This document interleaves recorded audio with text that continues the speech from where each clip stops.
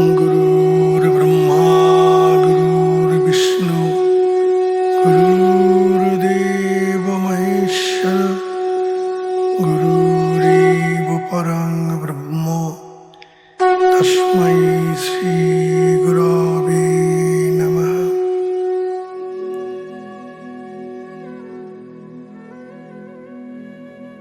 जय गुरु जय गुरु जय যোগীরাজ জয় যোগীরাজ। পরম করুণাময় গুরুদেবের নামে শুরু করছি। প্রকৃতপক্ষেই এই হলো ত্রিসন্ধ্যা। এই সকল সন্ধিস্থলে অনুস্বরূপে সূক্ষ্মভাবে স্থির কাল রহিয়াছে। ইহাই সন্ধিক্ষণ বা মহেন্দ্রক্ষণ। যোগী ব্যতীত অপরে এই কাল অবগত নহে। যোগী সহজ প্রাণায়ামের অভ্যাসে মহেন্দ্রক্ষণের বিস্তার করিয়া সেই অবস্থায় সর্বদা থাকেন। বায়ু রোধ করিয়া যে প্রাণায়াম করা হয় তাহার দ্বারা এই অবস্থা লাভ দুঃসাধ্য। সহজরূপ অন্তর্মুখ প্রাণায়াম ব্যতীত ইহা আর কিছুতেই লাভ করা সম্ভব নহে। এইরূপ অন্তঃসন্ধ্যার উপাসনায় সাধক সিদ্ধাবস্থা হইতে মুক্তাবস্থা পর্যন্ত লাভ করিতে পারেন। তবে যিনি অন্তর্বিষয়ক আত্মযোগের উপদেশ পাইয়া বাহ্য সন্ধ্যায় মগ্ন হইয়া থাকেন তাহা বিড়ম্বনা মাত্র। পাছে কেহ আত্মযোগের উপদেশ প্রাপ্ত হইয়া বাহ্যযজ্ঞে মগ্ন হইয়া পড়েন, এই আশঙ্কায় স্বয়ং মহাদেব ও ঋষিগণ বাহ্য যাগযজ্ঞকে ধর্মরূপ যোগ বিঘ্ন বলিয়াছেন। অতএব আপনি আত্মকর্মে মগ্ন হইয়া অনাসক্তভাবে বাহ্যকর্ম করিয়া চলুন। ইহাতে কিঞ্চিত উপকারও আছে। সেই উপকার এই, যে সকল অজ্ঞ ব্যক্তি সাত্ত্বিক কর্ম করিতে চাহেন না তাহাদিগকে শিক্ষা দেবার জন্য বাহ্যকর্মে প্রবৃত্ত করাইয়া আটকাইয়া রাখিয়াছেন। অনন্তর তাহারা যখন বুঝিবে যে বাহ্যকর্মে সুখ নাই, তখন তাহারা আপনা আপনি সাত্ত্বিক কর্মে প্রবৃত্ত হইবে। অতএব আপনি যে সকল বাহ্যকর্ম করিয়া থাকেন আত্মকর্মে মগ্ন হইয়া সে আর কিছুক্ষণ মগ্ন অতএব আপনি যে সকল বাহ্যকর্ম করিয়া থাকেন আত্মকর্মে মগ্ন হইয়া সে সকল করিয়া চলুন। কিছুই ইচ্ছা করিয়া পরিত্যাগ করিবেন না, তবে আত্মকর্ম ব্যতীত আর কিছুতেই মগ্ন হইবেন না। আত্মকর্মে মগ্ন হইতে পারিলেই আপনা আপনি বাহ্যকর্মে অনাসক্ত হইয়া যাইবেন। আপনাকে ইচ্ছা করিয়া কিছুই ত্যাগ করিতে হইবে না, সে সকল আপনি পরিত্যাগ হইয়া যাইবে।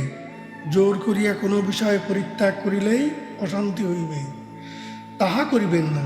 তবে যে সকল কর্ম সমাজে নিতান্তই ঘৃণিত সেগুলি অন্তরে পরিত্যাগ না করা হইলে, অর্থাৎ মনে মনে করিবার ইচ্ছা থাকিলেও কার্যে পরিণত করা উচিত নহে। কারণ সেই সকল কর্মের দ্বারা সমাজের অনিষ্ট ব্যতীত ইষ্টের সম্ভাবনা নাই। যে সকল কর্মের দ্বারা সাধনের অনিষ্ট বা কুশিক্ষা হয় সে সকল কর্ম করা উচিত নহে।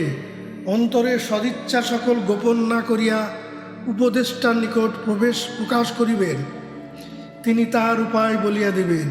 উপদেষ্টার উপদেশ মতো চলিলে অন্তরে কোনো কুপ্রবৃত্তি থাকে না, কিন্তু উপদেশ অনুসারে না চলিলে অনিষ্ট হইতে পারে। উপদেশ মতো ঠিক চলিলে প্রবৃত্তি ও নিবৃত্তি উভয়ই নাশ হয়ে যাইবে। রাজা গুরুদেবকে জিজ্ঞাসা করিলেন, নাথ, শাস্ত্রাদি কি কি পাঠ করিতে হইবে? বিশেষত যখন কোনো কাজ কর্ম থাকিবে না তখন চুপ করিয়া বৃথা আমোদ আহ্লাদ সময় না কাটাইয়া সাধু সঙ্গরূপ শাস্ত্রাদি পাঠের দ্বারা তো অনেক উপকার হইতে পারে। গুরুদেব বলিলেন, শাস্ত্রাদির মধ্যে একমাত্র গীতা পাঠ করিতে পারেন। অপর শাস্ত্রের দ্বারা আপনার কিছুই লাভ হইবে না, বরং অধিকাংশ স্থলে শাস্ত্রের মীমাংসা করিতে না পারায় ঘোর সংশয়ে পতিত হইয়া আমি জ্ঞানী হইয়াছি এই অভিমানে কর্মে অনাস্থা হওয়ায় ঘোর বিপত্তি পড়িবে। তবে যদি কোনো সংযমী পুরুষের নিকট শাস্ত্র পাঠ করেন, তাহা হইলে তাহাতে কোনো অমঙ্গলের আশঙ্কা নাই, কারণ শাস্ত্র সকল সংযমী পুরুষের দ্বারা রচিত হইয়াছে। সংযমী ভাব সংযমী অবগত হইতে পারেন, কিন্তু সংযমী পুরুষের ভাব অসংযমী পুরুষ কিরূপে বুঝিতে সমর্থ হইবেন। শাস্ত্রে সূক্ষ্ম ভাব অবগত না হইয়া যদি জড়ভাব অবগত হওয়া যায়, তাহা হইলে তাহাতে অমঙ্গল ব্যতীত কিছুই মঙ্গলের আশা নাই। তা আপনাতেও ঘটিয়াছে। আপনি শাস্ত্রের জড়ভাবে অর্থমত কার্য করিয়া কি কিছু শান্তিপ্রাপ্ত হইয়াছিলেন? আপনিও পুরাণাদি শ্রবণ করিয়াছিলেন, তাহার দ্বারা আপনার কি শান্তি লাভ হইয়াছিল? বরং অশান্তির জ্বালায় জ্বালাতন হইয়া আপনাকে কঠোর দণ্ড প্রচার করিতে হইয়াছিল। আপনার দণ্ড প্রচারের ক্ষমতা ছিল, তাই দণ্ড প্রচার করিয়া পূর্ব স্বীকৃতি বলে আত্মকর্ম লাভ করিলেন। যদি আপনার পূর্ব স্বীকৃতি না থাকিত, তাহা হইলে হয়তো আপনার মতি অন্যরূপ হইয়া বহুতর নরহত্যা হইতে পারিত, কারণ আপনার সে ক্ষমতাও আছে। যাহাদিগের দণ্ড দিবার কোনো ক্ষমতা নাই, তাহারা পড়িয়া মার খায়। মনে করুন, পুরাণের লীলাখণ্ডের দ্বারায় কাহার কি লাভ হইতে পারে? লীলাখণ্ডে আত্মযোগের বিভূতি বর্ণনা আছে। উক্ত বিভূতি সকল আত্মযোগের অন্তর্গত। আত্মযোগ পরিত্যাগ করিয়া যদি বিভূতির অর্থাৎ যোগ ঐশ্বর্য বিশেষের উপাসনা করা যায়, কিন্তু তাহাতে না হয় ঐশ্বর্য লাভ হলো, কিন্তু ঐশ্বর্যের শান্তি কোথায়? এই জগৎ যাহা দেখিতেছেন, ইহাই পুরাণ। ইহার মধ্যে আত্মা রহিয়াছে। যিনি আত্মাকে জানেন, তিনি জগতের রূপে মোহিত না হইয়া আত্মাকেই দেখেন। যাহারা আত্মাকে জানে না, তাহারা আত্মাকে না দেখিয়া আত্মার বিভূতি এই মায়ারূপ জগৎ দেখিয়া থাকেন। এই মায়ারূপ জগতে ভালো মন্দ দুই আছে। যাহারা জগৎ পুরাণের আত্মাকে অবগত নহেন, তাহারাই এই মায়িক ভালো মন্দের জন্য অশান্তি ভোগ করেন। এই জগৎরূপ পুরাণ অবলম্বন করিয়াই পুরাণ গ্রন্থ লিখিত হইয়াছে। আত্মনারায়ণের বিভূতি এই দৃশ্যমান জগৎ। দৃশ্যমান পদার্থ মাত্রই মায়া। পূর্বে বলা হইয়াছে যে যিনি আত্মাকে দেখেন, তিনি আত্মনারায়ণের মায়ারূপ লীলা দেখিয়া মুগ্ধ না হইয়া শান্তিপ্রাপ্ত হইয়া থাকেন। কারণ আত্মাতে তাহাদের লক্ষ্য থাকায় তাহার আত্মময় জগৎই দেখেন। অর্থাৎ সাধারণে যে রূপভাবে জগৎ দেখিয়া থাকেন, এরূপভাবে নহে। তাহাদের ভাবে অভাব বা জ্বালা নাই। সে অবস্থা যিনি পাইয়াছেন, তিনি অবগত হইয়াছেন। সেই অবস্থাটি বলিয়া বুঝাইবার নহে, আত্মকর্ম করিয়া বুঝিতে হয়, নচেত বুঝিবার উপায় নাই। কর্ম না করায় যাহারা এই সূক্ষ্মভাব অবগত নহেন, তাহারা পুরাণোক্ত আত্মযোগ পরিত্যাগ করিয়া কেবলমাত্র আত্মার বিভূতিরূপ লীলা পাঠ করিয়া কোনো শান্তি লাভ করিতে পারেন না। জীব মাত্রেই যেমন আত্মনারায়ণের বিভূতিরূপ জগতে আসক্ত হইয়া কষ্ট পাইতেছে, তদ্রূপ তাহারা পুরাণ গ্রন্থাদি আত্মযোগ অবগত না হওয়ায় কেবল পুরাণোক্ত বিভূতিরূপ লীলা খণ্ডে আসক্ত হইয়া শান্তির অভাবে অশান্তি ভোগ করিতেছেন। তবে যিনি মায়ার বশীভূত হইয়া স্বর্ণের শিকলে বদ্ধ থাকিতে আপনাকে সুখী মনে করেন, তাহাকে ভ্রান্ত ব্যতীত আর কি বা বলা যাইতে পারে? নিজ অসংযত অবস্থায় থাকিলে কিংবা অসংযমীর নিকট শাস্ত্র পাঠ করিলে সাধুসঙ্গ হয় না, কারণ আত্মাই একমাত্র সাধু। সে আত্মবিষয়ের জ্ঞান না হই থাকিলে শাস্ত্রপাঠ বিদ্যায় পরিণত হইবে। সুতরাং সাধুসঙ্গ না হইয়া অসাধুসঙ্গ হইবে, তাহাতে লাভ কি? অতএব আপনি শাস্ত্রপাঠ নিজে করিবেন না। তবে যদি ইচ্ছা হয়, তাহা হইলে আপনার গুরুপুত্র গোপালের নিকট শাস্ত্রপাঠ করিবেন। রাজা গুরুদেবকে বলিলেন, নাথ, আপনি যাহা আজ্ঞা করিলেন তাহা সমস্ত সত্য, কারণ আমি ইত্যপূর্বে পুরোহিতের নিকট হইতে শাস্ত্রাদি অনেক শুনিয়াছি এবং তাহাদের সাহায্যে শাস্ত্র পাঠও করিয়াছি, কিন্তু কিছুতেই তৃপ্তিরূপ শান্তি লাভ করিতে পারি নাই। কিন্তু আপনার নিকট যাহা যাহা শ্রবণ করিলাম, তাহা আমার পূর্বে যে সংশয় ছিল তৎসমুদয় খণ্ডন হইয়া যাইতেছে। এক্ষণে আর আমার নিজের শাস্ত্র পাঠ করিবার ইচ্ছা নাই। তবে যদি আত্মকর্মের অভ্যাসীদের শাস্ত্র পাঠ কর্তব্য হয়, তাহা হইলে আমি উহা করিতে বাধ্য। তাহা যখন নহে, তখন আমার শাস্ত্র পাঠে আবশ্যক নাই। তবে যদি কখনো শাস্ত্র পাঠের আবশ্যক হয়, তাহা হইলে আপনার আজ্ঞানুসারে গুরুপুত্রের নিকট হইতে শাস্ত্র পাঠ শ্রবণ করিব। শাস্ত্রের এমন উৎকর্ষ তাৎপর্য থাকিতেও প্রকৃত আচার্যের অভাবে শাস্ত্র পাঠে সংশয় দূর না হইয়া বরং অনেকেরই সংশয় বৃদ্ধি হইতে দেখা যায়। এককালে আমরাই এরূপ সংশয় হইয়াছিল। এক্ষণে আপনার কৃপায় আমার সকল সংশয় দূর হইয়াছে। নাথ, আপনি যে আমায় গীতা পাঠ করিতে অনুমতি করিতেছেন, কিন্তু গীতা তো আমি বুঝি না, তাহারই বা কি করিব? আর গীতার মধ্যে কোন গীতাই বা আমায় পাঠ করিতে হইবে, তা আমাকে অনুগ্রহ করিয়া বলিয়া দিউন। গুরুদেব বলিলেন, আপনি গীতার মধ্যে শ্রীমদ্ ভাগবত গীতা পাঠ করিবেন। শ্রীমদ্ ভাগবত গীতা সর্বশাস্ত্রের সার। ইহা যোগী ঋষি ও দেবগণের হৃদয় সর্বস্বধন। ইহার মূল শ্লোক আত্মকর্মের অন্তে নিত্য পাঠ করিবেন। তাহা হইলে আত্মকর্মে যেমন যেমন উন্নতি লাভ করিবেন, ইহারও ভাব তদনুরূপ বুঝিতে পারিবেন। যোগী ব্যতীত এই গীতার ভাব কেহই অবগত নহেন। আত্মকর্মের দ্বারা আপনিও ক্রমশ এই গীতা বুঝিতে সমর্থ হইবেন। এই শ্রীমদ্ ভাগবত গীতায় শরীর বিজ্ঞান, কর্মবিজ্ঞান, রজ, সত্য, তম, মত, গুণ ভেদে কর্মজ্ঞান, বিজ্ঞান, ভক্তি, শ্রদ্ধা ইত্যাদি বিষয়গুলি যেরূপভাবে লিপিবদ্ধ আছে, তদ্রূপ আর কুত্রাপি কোথাও কোনো শাস্ত্রে নাই। স্বরদর্শন, বেদ, পুরাণতন্ত্র যে কোনো শাস্ত্র আছে, তৎসমুদয়ের মধ্যে তাৎপর্য ইহার মধ্যেই আছে। ইহাতে আত্মকর্মের বিষয় বিশদরূপে বিবৃত আছে। জীব ভাবাপন্ন ব্যক্তি হইতে মুক্ত ভাবাপন্ন শিবস্বরূপ ব্যক্তি পর্যন্ত সকলেরই ইহা নিত্য পাঠ্যপুস্তক। এই সকল কারণে আপনাকে নিত্য গীতা পাঠ করিতে বলিতেছি। বিশেষত নিজের দোষ নিজে কেহ দেখিতে পায় না, কিন্তু একটু শ্রদ্ধার সহিত গীতা পাঠ করিলেই আমাতে কী কী দোষ আছে, বা আমি কীরূপ ভক্ত, কীরূপ শ্রদ্ধাবান, কীরূপ কর্মী, কীরূপ জ্ঞানী, অর্থাৎ আমি তামসিক ভাবাপন্ন কি রাজসিক ভাবাপন্ন কি সাত্ত্বিক ভাবাপন্ন, তাহা স্পষ্ট বুঝিতে পারা যায়।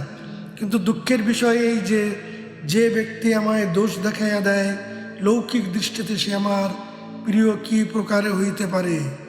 এই কারণে গীতা অনেকেরই প্রিয় হইতে পারে না। এই সকল কারণে অনেকেই বলিয়া থাকেন যে আরও অনেক শাস্ত্রাদি আছে, তৎসমুদয় গীতা অপেক্ষা ভালো বই মন্দ হয়। ইহার কারণে এই যে হয়তো আমি যে সকল কর্ম করিতেছি, বা যে সকল শুদ্ধ জ্ঞান, বৈরাগ্য, ভক্তি বা সন্ন্যাস ধর্মের আশ্রয় গ্রহণ করিয়াছি, ভগবান গীতাতে আমাকে মিথ্যাচার বা তামসিক কর্ম বলিয়াছেন সেই সকল কর্মগুলিকে। সুতরাং তাহা আমার প্রাণে কিছুতেই সহ্য হয় না। তাই বলিয়া থাকি গীতা অপেক্ষা আরও অনেক ভালো ভালো শাস্ত্র আছে। এই সকল শাস্ত্র পাঠ করিলে বিশেষ উপকার প্রাপ্ত হওয়া যায়। সুতরাং গীতা ছাড়িয়া স্বরদর্শন, বেদ, পুরাণ, তন্ত্র, যোগ, বাশিষ্ঠ প্রভৃতি অপর শাস্ত্র সকলে চর্চা করিয়া থাকে।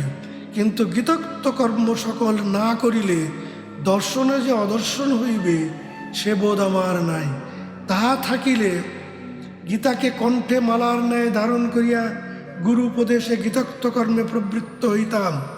কিন্তু যিনি একবার অহংমদে মত্ত হইয়া রাজসিক বা তামসিক কর্তা হইয়াছেন, তাহার পক্ষে ছোট হওয়া বড় কঠিন।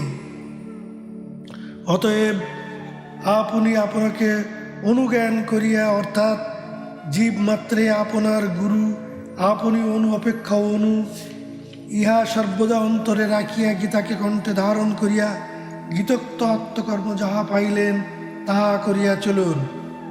আর গীতার শ্লোক ও ভাবার্থগুলি কণ্ঠস্থ করিয়া আপন হৃদয়ে ধারণ করিয়া রাখুন। ইহাই আমার উপদেশ। এক্ষণে আপনার যদি আর কিছু জিজ্ঞাসা থাকে তাহা আপনি জিজ্ঞাসা করিতে পারেন। রাজা কহিলেন, নাথ, আপনার নিকট হইতে যে সকল কথা শ্রবণ করিলাম, গুরুপুত্র আমাকে সে সকল বাক্যের কতক কতক বলিয়াছিলেন, তাহাও দেখিতেছি আপনারই কথা। সেইগুলি পুনর্বার আপনার শ্রীমুখ হইতে শ্রবণ করিয়া আরও দৃঢ় হইয়া গেল। এক্ষণে আমার মনে আরেকটি বিষয়ের আন্দোলন হইতেছে, কিন্তু তাহার মীমাংসা করিতে পারিতেছি না। নাথ, আপনি স্বয়ং বা গুরুপুত্র ইহারা মীমাংসা করিয়া না দিলে আমি নিজে ইহার মীমাংসা করিতে পারিব না। বিশেষত আপনার শ্রীমুখ হইতে ইহার মীমাংসা শুনিবার জন্য আমার মন একান্ত ব্যগ্র হইয়াছে। আপনার অনুমতি পাইলে আমি তাহা প্রকাশ করিতে পারি। গুরুদেব বলিলেন, আপনার যে সকল বিষয়ে জিজ্ঞাসা আছে সে সকল অসংকোচে আমার জিজ্ঞাসা করিতে পারেন, এবং জিজ্ঞাসা করিতে মনে কিছু দ্বিধাবোধ করিবেন না। আপনি অনায়াসে বলিতে পারেন। রাজা বলিলেন, নাথ, যখন যোগক্রিয়া ব্যতীত কাহারও শান্তি লাভ হইবে না, তখন দেবদেবীর পূজার ব্যবস্থা করিবার তাৎপর্য কি? বিশেষত মহাভারতের অনেকের রাজার অনেক বৃত্তান্ত লিখা আছে, এবং তাহারা যে সকল যাগযজ্ঞাদি করিয়াছিলেন তৎমাত্র এই গ্রন্থে লিখিত আছে। কিন্তু নাথ, দুর্গা পূজা, শ্যামা পূজা, জগদ্ধাত্রী পূজা, সরস্বতী পূজা প্রভৃতি পূজা সকল কোন রাজা যে করিয়াছেন তাহা তো কই দেখা যায় না। উক্ত পূর্বতন রাজগণের কেউই যখন ওই সকল পূজা আদি করেন নাই, তখন এক্ষণে ওইগুলি করা হয় কেন? গুরুদেব রাজাকে বলিলেন, ওই সকল পূজার মহৎ উদ্দেশ্য আছে। সেই উদ্দেশ্য সাধনের জন্য পূজাবিধি সকল প্রচারিত হইয়াছিল। সাধুগণ সময়ে সময়ে প্রকাশিত হন, আবার মধ্যে মধ্যে অপ্রকাশ হন। তাহাদের অপ্রকাশ অবস্থায় নানা প্রকার আত্মকর্ম আসরিক সম্প্রদায় প্রকাশিত হইয়া ধর্মরূপ কর্মলোপ করিবার চেষ্টা করিয়া থাকেন। সেই কর্মশূন্য অধর্মরূপী সম্প্রদায়ের দ্বারা দেশে সাত্ত্বিক কর্মের বিলোপ সম্ভাবনা দর্শন করিয়া সাধুগণ মানবকে অন্তঃকর্মে প্রবৃত্ত করিবার জন্যই পূজা আদি প্রচার করিয়াছিলেন। দেবদেবীর পূজা ঔষধের অনুপান স্বরূপ। বিকারগ্রস্ত রোগী যখন কিছুতেই ঔষধ খাইতে চায় না, তখন যিনি সুচিকিৎসক তিনি কেবল সুমিষ্ট ও আশু সুখকর অনুপান দিয়া তাকে ঔষধ খাইয়া দেন, কেননা ঔষধ না খাইলে সে আরোগ্য লাভ করিতে পারিবে না। তদ্রূপ যাহারা ভবব্যাধি চিকিৎসক, তাহারা আশু মনোহরণ দৃশ্য এই প্রবৃত্তির অনুযায়ী আচরণরূপ অনুপানকে সম্মুখে দিয়া ভূতশুদ্ধি, অঙ্গন্যাস, করন্যাস, বাহ্য মাতৃকান্যাস, সংহার, মাতৃকান্যাস, মাতৃকান্যাস, ঋষিয়াদি ন্যাস ইত্যাদি ঔষধরূপ যোগ ক্রিয়া অর্থাৎ প্রাণের ক্রিয়া সকল তাহার মধ্যে রাখিলেন, এবং তাহারা নিজে সেই সকল কর্ম করিতে লাগিলেন। যোগী ব্যতীত ওই সকল কার্য অপরের সাধ্যায়ত্ত নহে, কারণ ওই সকলগুলির মধ্যে যে সকল বায়ুক্রিয়াদি সন্নিবেশিত আছে তৎসমুদয় কল্পনা করিলে হয় না, কার্যে পরিণত করা আবশ্যক। ওইগুলি কার্যে পরিণত করিতে চাহিলে অগ্রে যোগক্রিয়া সকল নিজে অনুষ্ঠান করিয়া সিদ্ধ হইতে হয়। সিদ্ধ হইতে না পারিলে উক্ত কর্ম সকল কিছুতেই সফল হইবে না। আত্মকর্ম জ্ঞানহীন সাধারণের দ্বারা ওই সকল কর্ম সমাধা হইতে পারে না বলিয়াই ব্রাহ্মণের হস্তে ওইগুলি ন্যস্ত হইয়াছে। প্রকৃত ব্রাহ্মণ যখন প্রকাশিত ছিলেন তখন ওই সকল কার্য ঠিকভাবে হইত, কারণ তাহাকে কিছু কল্পনা করিতে হইত না। এমনকি দেবদেবীর মূর্তিও তাহাকে কল্পনা করিতে হইত না। তবে সাধারণের অন্তর্লোককে না থাকায় পাছে তাহার আত্মকর্মে তাচ্ছিল্য করে, এই আশঙ্কায় তাহাদিগকে আত্মকর্মে প্রবৃত্ত করাইবার জন্য শিলা বা দারু নির্মিত বা মৃন্ময় মূর্তি গঠন করাইতেন। ওই সকল মূর্তি মূলে মৃত শিলা বা দারু নহে। যোগী আত্মকর্মকালে যে সকল রূপ দর্শন করেন, ওই সকল মূর্তিও সেই রূপের অন্তর্গত। সুতরাং মূলে ওই মূর্তিগুলি কল্পনা বা মিথ্যা নহে। এ কারণ ওই সকলকে মিথ্যা বলা অনুচিত, একদমই উচিত নহে। তবে উপস্থিতকালে ওইগুলি মিথ্যায় পরিণত হইয়াছে। ব্রাহ্মণ বিরল হওয়ায় এবং লোকে কর্মশূন্য হওয়ায় ওইগুলি তামসিকভাবে দাঁড়াইয়াছে। সুতরাং এখন আর পূজা হয় না, কেবল যাহা আচার লইয়া টানাটানি পড়িয়াছে। কর্মের দিকে কাহার দৃষ্টি নাই, কেবল বাহ্য আড়ম্বরেরই দৃষ্টি। যদ্বারা পূজাকার্য সাধনা হয় সমাধা হইবে, সেই মন্ত্রবিধির লোপ হইয়াছে বলিলেও অত্যুক্তি হয় না। ইহাতে যদি আপনি বলেন যে ব্রাহ্মণ পূজা করিতে না জানিলে তিনি পতিত হইবেন, কর্তারা আর তাহাতে কি দোষ হইতে পারে? কর্তা যখন নিজে ভক্তিপূর্বক বহু কষ্টে পূজার দ্রব্যাদি আয়োজন করিলেন, তখন তাহা কি সব বৃথা যাইবে? সাধারণত এইরূপ মনে হইতে পারে বটে, কিন্তু ইহাও অজ্ঞানের কথা। কারণ কাহার জিনিস কে কাহারে দেয়? বিশেষত শাস্ত্রে যখন ব্রাহ্মণের দ্বারা পূজা করাইবার বিধি আছে, তখন যাহার জ্ঞান আছে এমন ব্যক্তির দ্বারা কর্ম করানোই কর্তার উচিত। কর্তা যদি শাস্ত্রজ্ঞ ব্যবস্থা মতো কার্য না করিতে করেন, তা হইলে তাহার কার্য তো পণ্ড হইবে। উপস্থিতকালে সাত্ত্বিক কর্তার অভাব হওয়ায় সাত্ত্বিক ভক্তি ও শ্রদ্ধা দেখিতে পাওয়া যায় না। কর্তাও যেমন রাজসিক বা তামসিক, তাহার শ্রদ্ধা ভক্তিও তদ্রূপ রাজসিক বা তামসিক। সুতরাং কর্মও রাজসিক বা তামসিক হইয়া থাকে এবং ওই কর্মের ফলস্বরূপ শান্তিও তদ্রূপ হইয়া থাকে। অর্থাৎ শান্তির স্থলে অশান্তি ইত্যাদি দেখা যায়। শাস্ত্রে সাত্ত্বিক কর্তার যে লক্ষণোক্ত আছে তাহা আর প্রায় দেখা যায় না।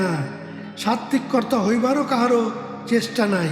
সাত্ত্বিক কর্মের অনুষ্ঠান না থাকিলে সাত্ত্বিক কর্তাই বা হইবে কোথা হইতে?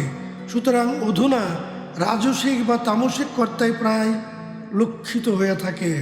সাত্ত্বিক কর্তা হইতে আসক্তি শূন্য, অহংকার অভিমান শূন্য, ধৈর্য উৎসাহযুক্ত এবং সিদ্ধি ও অসিদ্ধিতে বিকার রহিত হইতে হইবে।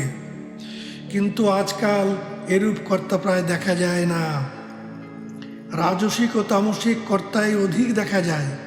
বিষয়ানুরাগ, কর্মফলাকাঙ্ক্ষা, লোভ, হিংসা, অসুচি, লাভালাভে আনন্দ, বিষাদ, এই সকল ভাব তাহাদের হৃদয়ে সর্বদা বর্তমান থাকে। তাহারাই রাজসিক কর্তা বলিয়া অভিহিত হন। আর ইন্দ্রিয় আসক্তি, বিবেকহীনতা, অধ্যত্ত, শঠতাপ, পর অপমানকারিতা, অলসতা, অবসাদ, দীর্ঘসূত্রিতা, এই সকল ভাব তামসিক কর্তার লক্ষণ।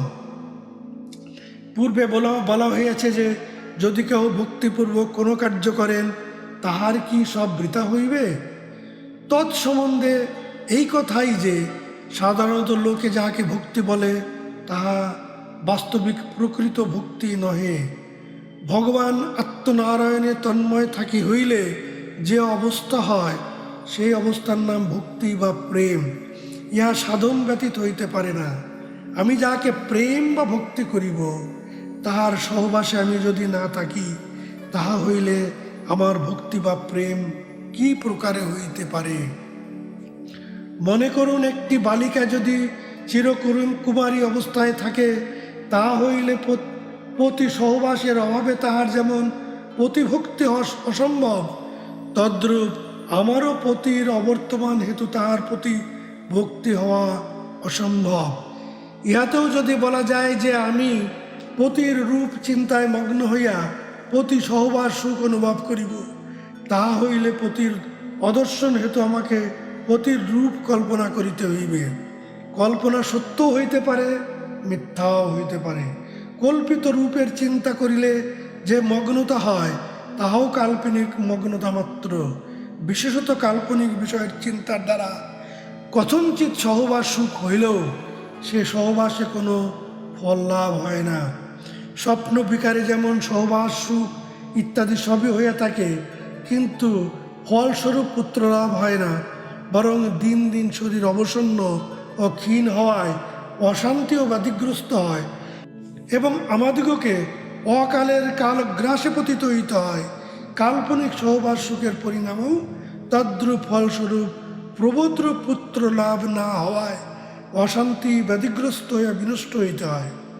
সুতরাং উহা কোনো কাজেরই হয় না।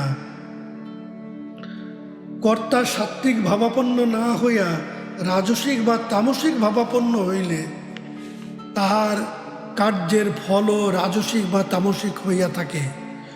সুতরাং ওই সকল পরিণামে সুখকর না হইয়া তদ বিপরীত হইয়া থাকে, অর্থাৎ উহা পরিণামে বিষতুল্য হয় এবং কর্তাকেও নিরন্তর সেই বিষয়ে জ্বালায় ছটফট করিতে হয়। পূজা পদ্ধতির মধ্যে যে সকল বায়ুক্রিয়া নিহিত আছে, বিনা অবরোধে যাহার বায়ু স্থির হইয়াছে, তিনি ব্যতীত অপর কাহারও দ্বারা ওইগুলি অনুষ্ঠিত হইতে পারে না। এ কারণ গুরুপদেশে অগ্রে প্রাণায়াম যোগ অভ্যাস দ্বারা চঞ্চল প্রাণকে স্থির প্রাণে পরিণত করিলে তবে ভূতশুদ্ধি ও অপরাপর কার্যাদি করিতে সমর্থ হওয়া যায়, নচেত নহে।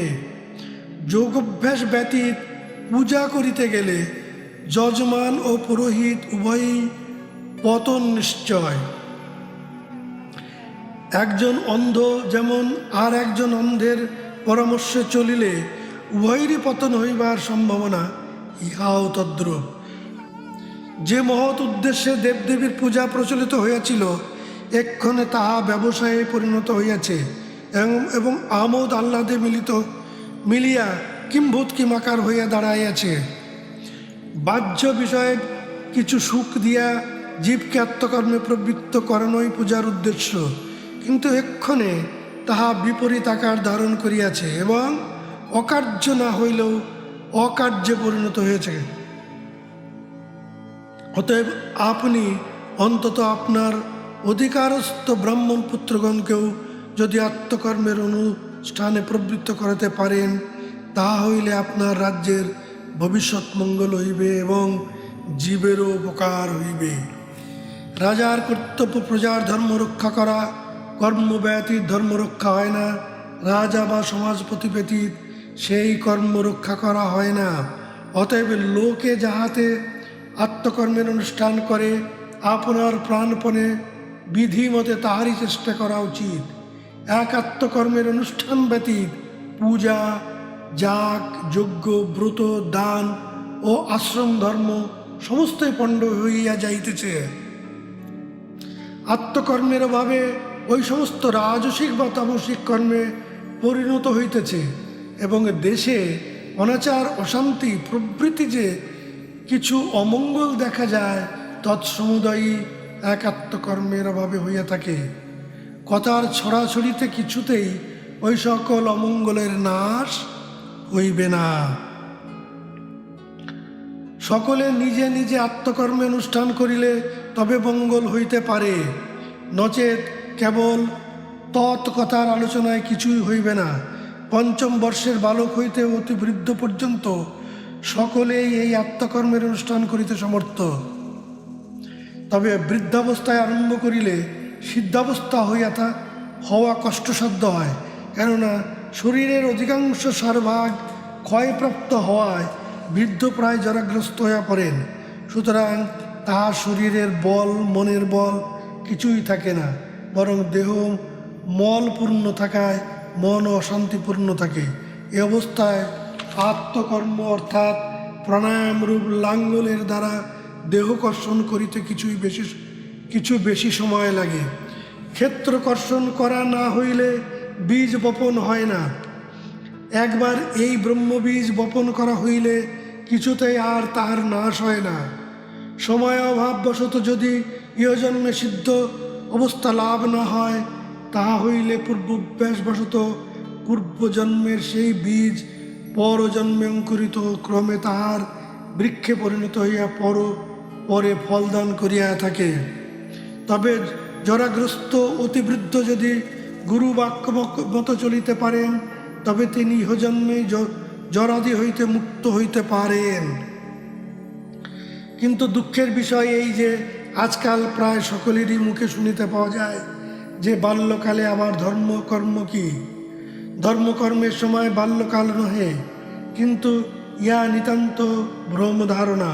কারণ ধর্মহীন শিক্ষায় ভবিষ্যতে বালকগণের পরিণাম ভয়ানক ও শোচনীয় হইয়া থাকে। বিশেষত ধর্মব্যতীত বালকগণের শারীরিক ও মানসিক বল হইতে পারে না। সুতরাং চিররুগ্ন হইয়া তাহাদিগকে অকালে কালগ্রাসে পতিত হইতে হয়। ধর্মকর্মহীন বালকগণের দ্বারা দেশের কোনো উপকার সাধিত হয় না। তবে তাহারা অল্প যে কয়দিন জীবিত থাকে, সেই কয়দিনের জন্য মাতা পিতার কিঞ্চিত অর্থের উপকারে আসিতে পারে, এই মাত্র। পরন্তু এই ধর্মহীন শিক্ষার ফলে মাতা পিতাকেও আবার বৃদ্ধ বয়সে অনেক স্থলে অতি দীনভাবে পুত্রের গলগ্রহ করিয়া কাল যাপন করিতে হয়। বালক দিগকে এইরূপ কুশিক্ষা দিবার দুইটি কারণ দেখিতে পাওয়া যায়। প্রথমত পুত্রের নিকট মাতা পিতার স্বার্থ প্রত্যাশা। পুত্র বড় হইয়া চাকরি অথবা অন্য কোনো উপায়ে অর্থ উপার্জন করিতে পারিলে তাহার ভবিষ্যৎ জীবন সুখ কাটাইতে পারিবেন। দ্বিতীয়ত ধর্মোপদেষ্টার স্বার্থ শিক্ষাদানের দোষ। তাহারা ধর্মোপদেশ দেন, তাহাদের শিক্ষাদানের দোষেই যত কিছু অনিষ্ট ঘটিতেছে। শাস্ত্রাদি পাঠ্য দ্বারা তাহারা বাহ্য জ্ঞান, বাহ্য ভক্তি বা বাহ্য বৈরাগ্যের উপদেশ দিয়া থাকেন। পুত্র মোহাম্মদগড় যোগ বাশিষ্ঠ প্রভৃতি গ্রন্থে শুষ্ক বৈরাগ্যের বিষয়ে পাঠ করিয়া দেখিলেন যে সংসার অনিত্য, পিতা বা কে, মাতাই বা কে, সংসারে কোনো সুখ নাই, সংসার বন্ধনেরই কারণ, সুতরাং ইহা ত্যাগ করা উচিত। এই চিন্তায় অন্তরে শুষ্ক পাষাণ বৈরাগ্য অবলম্বন করিয়া পাষণ্ডের পিতামাতাকে খেদাইয়া বনে চলিয়া গেলেন। অতএব এ অবস্থায় কে বালকগণকে ধর্মকর্ম শিক্ষা দিতে চাহিবে? সুতরাং মাতা পিতাও ধর্মকে কুশিক্ষা মনে করিয়া পুত্রকে তাহার দিকে যাইতে দেন না। ইহাতে পিতামাতার দোষ কি? যারা ধর্ম শিক্ষা দেন তাহাদের দোষেই মাতা পিতা পুত্রকে ধর্মকর্মে শিক্ষা দিতে অনিচ্ছা প্রকাশ করিয়া থাকেন। কিন্তু তাহারা যদি জানিতেন যে পুত্রকে ধর্মকর্ম শিক্ষা দিলে তাহাদের স্বার্থে কোনো বাধা পড়িবে না, তাহা হইলে তাহারা পুত্রকে ধর্মকর্ম শিক্ষা দিতে বিরত হইবেন কেন? তাহারা যদি জানিতেন যে ধর্মকর্মের দ্বারা পুত্র জিতেন্দ্রিয় হইয়া তাহাদেরও দেশের গৌরবের বিষয় হইয়া তাহাদিগকে ও স্ত্রী পুত্রাদি পরিজন বর্গকে পরিত্যাগ না করিয়া বরং রক্ষণাবেক্ষণ করিবেন, তাহা হইলে বোধ হয় কেহই বালকগণকে ধর্মকর্ম করিতে নিষেধ করিতেন না। শাস্ত্রাদি পাঠের দ্বারা যে বাহ্য জ্ঞান, বাহ্য ভক্তি বা বাহ্য বৈরাগ্য হয়, তৎসমুদয়ই দেশের অমঙ্গলের হেতু। কেননা এই সকলের দ্বারাই শান্তি লাভ হইবে, এইরূপ মনে করিয়া লোকে আর কেহই আত্মকর্মে প্রবৃত্ত হয় না। কিন্তু এই সকলের দ্বারা তো কাহারও শান্তি লাভ হইতেছে না। শান্তি লাভ হইবেই বা কিরূপে? বাহ্য জ্ঞান, বাহ্য বৈরাগ্য, বাহ্য ভক্তির সহিত যোগ, যাগ, যজ্ঞ, পূজা করিলে তা হইতে কি কখনো শান্তি লাভ হইতে পারে? এক আত্মকর্মের অভাবে সব নষ্ট হইতেছে। আত্মকর্মই একমাত্র পরাবিদ্যা, তদ্ব্যতীত সবই অবিদ্যা। বাল্যকাল হইতে গুরুপদেশ অনুসারে এই আত্মকর্ম রূপ পরাবিদ্যা অভ্যাস করিলে নিশ্চয়ই যে সিদ্ধাবস্থা হইতে মুক্তাবস্থা পর্যন্ত করা যায়, তাহাতে আর সন্দেহ নাই। তবে যদি কেহ মোহবশত গুরু উপদেশ মতো ঠিক চলিতে না পারেন, তাহা হইলে ইহজন্মে তাহার সিদ্ধাবস্থা বা মুক্তাবস্থা লাভ হয় না বটে, কিন্তু তিনি সাধারণ মনুষ্য অপেক্ষা শারীরিক ও মানসিক বলে বলিষ্ঠ হইয়া ঐশ্বর্য ভোগ করিয়াও কতঞ্চিৎ শান্তি লাভ করিয়া থাকেন। পরে দেহত্যাগ হইলে পূর্বজন্মার্জিত কর্মফলের দ্বারা সুকৃতিশীল লোকের গৃহে জন্মগ্রহণ করিয়া পুনরায় পূর্বভ্যস্ত কর্মে প্রবৃত্ত হইয়া সিদ্ধাবস্থা বা মুক্তাবস্থা লাভ করেন। অতএব ধর্মকর্ম বাল্যকাল হইতে আরম্ভ করা নিতান্তই আবশ্যক। তবে যদি কোনো দৈব কারণে বাল্যকাল অতীত হইয়া যায়, তা হইলে যে কোনো কালে উহা হোক শ্রবণ মাত্রে আত্মকর্মে প্রবৃত্ত হওয়া একান্ত উচিত। এ অবস্থায় আর কালাকাল দোষ দেখা উচিত নহে। গুরু উপদেশে আত্মকর্ম প্রবৃত্ত হইলেই গুরু উপদেশের মতো কার্য করা আবশ্যক। আত্মকর্ম করিতে হইলে পিতা মাতা স্ত্রী পুত্র গৃহ রত্নাদি কিছুই পরিত্যাগ করিতে হয় না। পিতা মাতাদি বন্ধনের কারণ নহেন, আসক্তই বন্ধনের কারণ। ইচ্ছা করিয়া পরিত্যাগ করিলে আসক্তি নাশ হয় না, বরং অন্তরে আরও আসক্তি বৃদ্ধি হয়ে থাকে। ইচ্ছা বা জোরের সহিত অথবা লোক লজ্জা ভয় বা পুত্র কলত্র নাশে যে কর্ম ত্যাগ করা হয়, তাহা রাজসিক বা তামসিক ত্যাগ, প্রকৃত ত্যাগ নহে। আর যে সকল আমার নাই বা জুটে না, অথবা যাহা বহু কষ্ট সংগ্রহ করা কঠিন, এইরূপ বিষয়ে যে ত্যাগ, তাহাও তামসিক। যাহার দ্বারা আসক্তির নাশ হয়, তাহা না করিয়া ভ্রমবশত অজ্ঞানীর পরামর্শে শত্রুবোধে মিত্রগণকে জোর করিয়া পরিত্যাগ করা হইয়াছে। অথচ যাহারা প্রকৃত শত্রু, ক্ষমতাভাবে তাহাদিগকে পরিত্যাগ করিতে পারি নাই, কেবল লোক দেখানো বৈরাগ্য এবং ভক্তির চিহ্ন ধারণ করিয়াছি মাত্র। ইহাতে দেশের এবং নিজের অমঙ্গল ব্যতীত ইষ্টের সম্ভাবনা নাই। জয় গুরু, জয় যোগীরাজ, জয় যোগীরাজ।